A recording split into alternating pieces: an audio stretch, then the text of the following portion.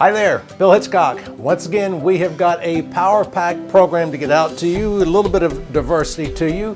I do want to make mention, you may recall in a prior show, I was reading a press release from the CCA, and I read it straight on through. And then it got on the subject of about shrimp trawls and releasing previously sequestered atmospheric carbon. And so I waited till I read the whole press release, and I went back to that and I said, well, I've never really heard anything about that. And I said, look, CCA, send me some information.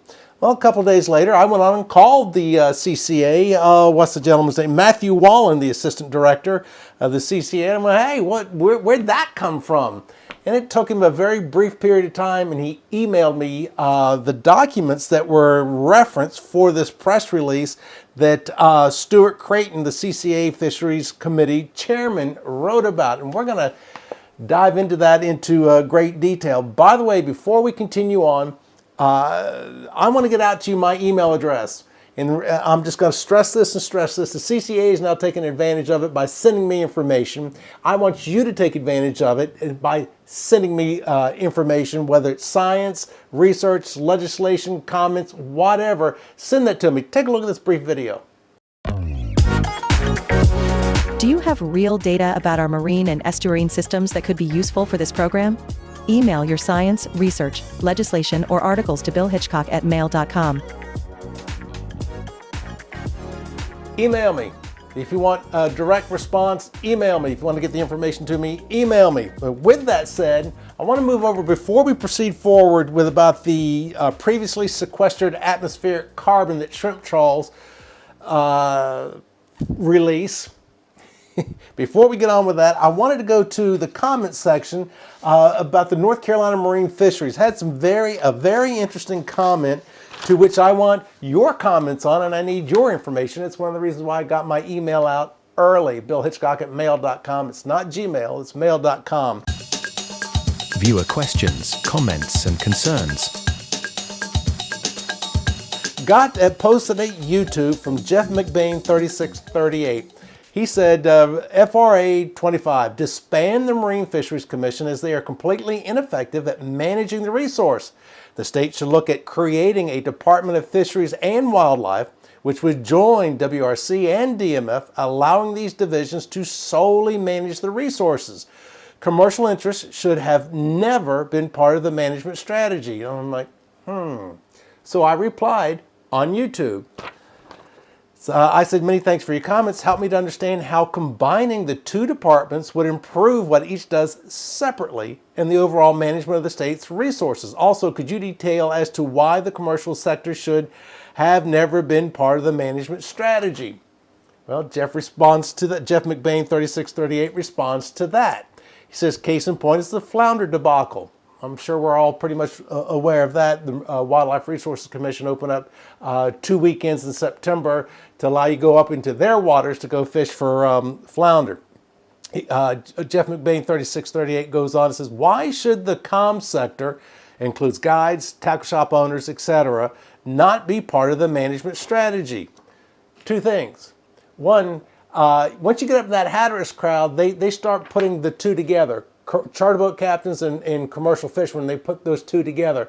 Other regions in North Carolina and the country, they don't. But he says, why should the comm sector not be part of the management strategy? Well, they are. We went into great detail about that in the Marine Fisheries Commission presentation video, that there's 2 commercial seats, 2 commercial industry seats, recreational fishermen, there's 2 seats on the commission. Sport fishing industry, there's 1 seat, there's 2 at-large seats and a science seat. And not only do they have both of those sectors covered, but they cover the 3 areas of the coast of North Carolina, the northern region, the central region, and the southern region. You got to have at least 1 person from each one of those regions. Jeff McBain 3638 goes on and says, are you serious? People with a vested financial interest in public trust resources should not hold the keys. Do you actually think the MFC has done a good job managing the resource? People with a vested financial interest in public resources should not hold the keys. So should everybody on the Marine, and I'm just guessing, should everybody on the Marine Fisheries Commission be an at-large? Someone with nothing to do with the fisheries? Should that be those be the people, the 9 members that should be deciding the fate of the marine fisheries? I just find that interesting. I'm not saying plus or minus. Do you think the Wildlife Resources Commission and the Division of Marine Fishery need to be combined into one entity? It's under the assumption off of this that the WRC is doing a better job than DMF, and then if combining the two, you'll get rid of the problems of the DMF. Why do you think that? I'm just curious. This isn't fussing. I want you to, Bill Hitchcock at mail.com. Do you think they need to be combined? Do you think that you got to take out the charter boat captains, the bait and tackle shops, the shrimp trawlers, the gill netters, to get them all out of the Marine Fisheries Commission? Do you think we need to do that and have nothing but, as I called it earlier, nothing but at-large seats? I am not fussing, judging. I want to hear what you have to say about that. All right, let's move forward. Again, I was reading a show earlier. I don't have that thing up, I don't think. The press release, I think it's tight lines or end lines or something like that, the CCA puts out. And I was reading it was prepared by Stuart Creighton, the CCA of North Carolina Fisheries Committee chairman.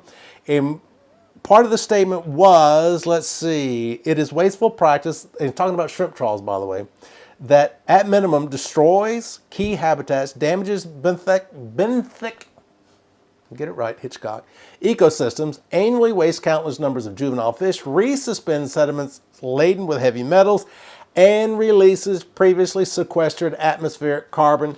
That is what caught my attention. I had not really heard anything about that here in North Carolina.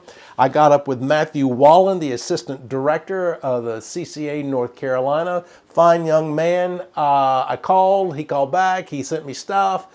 He did it post haste, and I certainly do appreciate what he did.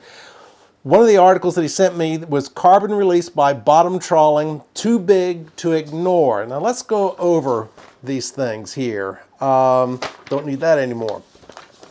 What he sent me, the carbon released by bottom trawling, too big to ignore. It says the study, atmospheric CO2 emissions and ocean acidification from bottom trawling, written by a global team of climate and ocean experts, found that 55 to 60% of the carbon dioxide in the water released from the seabed by trawlers will make it into the atmosphere within 9 years. I went through a whole bunch of studies, and it's a ditto. They keep saying the same thing. Now, trawling hotspots, pay attention. In East China Sea, the Baltic, and the North Sea, and the Greenland Sea have the largest climate emissions, the study said. Skip down to the next paragraph. We have long known that dragging heavy fishing nets, some as large as 10 747 jets, across the ocean floor destroys sea life and habitats. Dr. Tricia Atwood, an aquatic ecologist, Utah State University, National Geographic's Pristine Seas. Only recently, we have discovered that bottom trawling also unleashes plumes of carbon, which otherwise would be safely stored for millennia in the ocean floor. Okay, we're going to go back, backwards engineer this thing. We have long known that dragging heavy fishing nets, some as large as 10 747 jets, we ain't got that in North Kakalaki. They got that in China, though.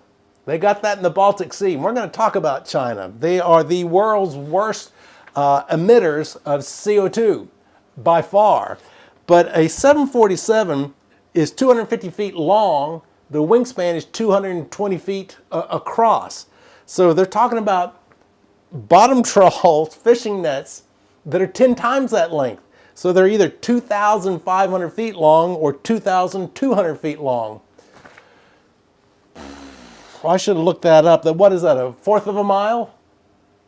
Maybe even bigger than that, and back it on up from there. Trawling hotspots in the East China Sea, the Baltic, the North Sea. These studies, by the way, I could cut this down to the quick, or China. They're basically based in China. And I made mention, I want to make sure I get this out, that I said China is the number one emitter of CO2 emissions. Take a look at this. China is responsible for 32.88, almost 33% of the world's CO2 emissions. This is just overall. The next number 2 in that spot is us, the USA, and it's the third, 12.6. Amazing. Now take a look at the emissions from the United States. Most people don't realize this either. Our emissions here in the United States are going down, down, down, down, down, and have been. It's one of the reasons why a former president, I know people get bowed up with Trump, got us out of the Paris Agreement. They wanted our money. We're already declining, going down in our emissions. We don't need an agreement. We can do it all by ourselves. How do I know? Because we've been doing it all by ourselves. The other thing I just want to throw out to highlight the problem we have with China, 10 rivers contribute most of the plastic. Listen to this. 10 rivers that carry 93% of that trash, plastic, 8 of them are from China. The other 2 are from Africa. So China is not a very good steward of the earth. They're a communist country. They don't really give a flip what anybody else says. They're going to do what they want to do. So keep that in mind as we move forward. The other thing I wanted to bring up that was sent to me by the CCA, by Matthew. He says, state's climate plan adds carbon sequestration component. And I just want to read this. There's no mention of trawling in this, by the way. It says, all land is comprised of carbon, which is a greenhouse gas, and some soils and land have higher amounts of that carbon, Boyd explained, adding coastal habitats such as salt marshes, pocosins, and peatlands are some of the highest carbon-rich habitats in the world. If we lose those, most of the carbon gets emitted back in the atmosphere. So the seagrasses are holding on to the carbon. That was in the email that Matthew sent me. And finally, the third one, how North Carolina incorporated seagrass into the blue carbon inventory. This is from Pew. Pew can do some excellent research. It says, North Carolina officials sought to better understand and harness the carbon sequestration benefits of the state's natural habitats, including coastal wetlands. So beginning in 2021, the state embarked on a process to develop a greenhouse gas inventory for its coastal wetlands. Goes on to say seagrasses are found along most coastlines in the United States and occur naturally in a range of salinities, from ocean water to estuaries. And because they grow in water-saturated, low-oxygen soil, seagrasses form dense root structures and capture 2 to 5 times as much carbon as their above-ground vegetation. As much as 50% of the carbon stored in seagrasses comes from sources other than the seagrasses themselves. Now, let me show you this map. They're showing you the seagrasses that catch up all of that carbon. You see that map that they put out? Well, I saw it and I said, well, that looks awfully familiar. Take a look at this map. That map is where shrimp trawling is not allowed. Isn't it interesting that it's almost identical to where the seagrass beds are that hold all the carbon? So shrimp trawls aren't going where the very thing that's holding the carbon that they're protecting, that they're trying to monitor with. So let's get that part straight. Let's see here. I went on, how much carbon does ocean trawling put in the atmosphere? This is another study. They're saying the same thing, releases 55 to 60% of the carbon in the atmosphere. Authors saying that the remaining 40 to 45% of the carbon would remain in the dissolved water. The same story keeps happening over and over again, and here's why. However, both the 2021 Nature study and the New Frontier study have drawn some criticism. After the publication of the Nature study, a team of scientists published several rebuttals to it in the same journal, including one suggesting that trawling produced significantly less carbon than the Nature study said it did. Let's go to another study.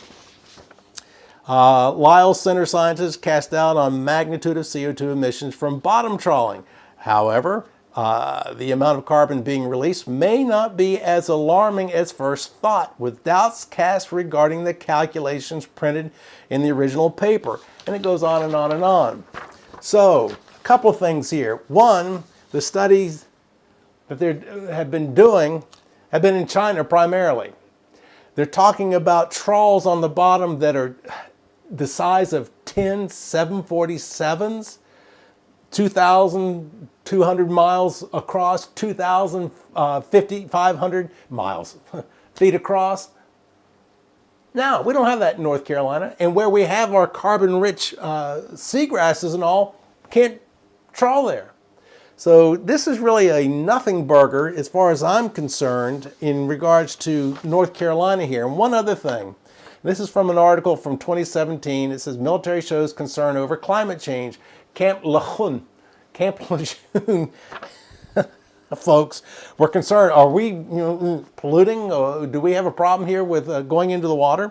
And Hans Pearl, who was at the University of North Carolina in Morehead City at the research center there, who unfortunately just passed away recently, said the study shows that 85% of the nutrient budget in the estuary, carbon is a nutrient, as are such things as nitrogen, phosphorus, potassium, and calcium, comes from upstream, not the base. He goes on to say it's not surprising that the estuary's nutrient load mostly comes from upstream, and the military officials are surely delighted. So this puts another element. At first, we're talking about carbon being released and, our trawls doing it. Now, Hans Pearl really brings up the point of points. It's coming from upstream. How did it get there in the first place? Yes, don't get me wrong, when something dies, whether it's a critter or a plant, whatever, it goes down to the bottom. That is part of the cycle of the carbon, but it also comes downstream. You know what floats downstream? Yes. But this is also interesting. He says, what did the study find out specifically about organic or vegetative carbon and carbon dioxide, that predominant greenhouse gas in New River estuary? Interestingly, Pearl said it turns out that the estuary is, in general, pretty balanced between being a carbon sink, or holding carbon so it's not released as carbon dioxide, and a contributor of CO2. But that can change year to year. What we found is that when we have major perturbations, I don't know why I'm having a problem with English today, chiefly storms, much more CO2 is released. There were 5 or 6 major perturbations. Sorry, people, it's not a laughing matter. During the study period, and we had the opportunity to look at the effects, what they found is that you can lose almost as much carbon to the atmosphere from one major storm as had been stored away or fixed by plants in the estuary during the entire year. It's kind of like a gigantic burp.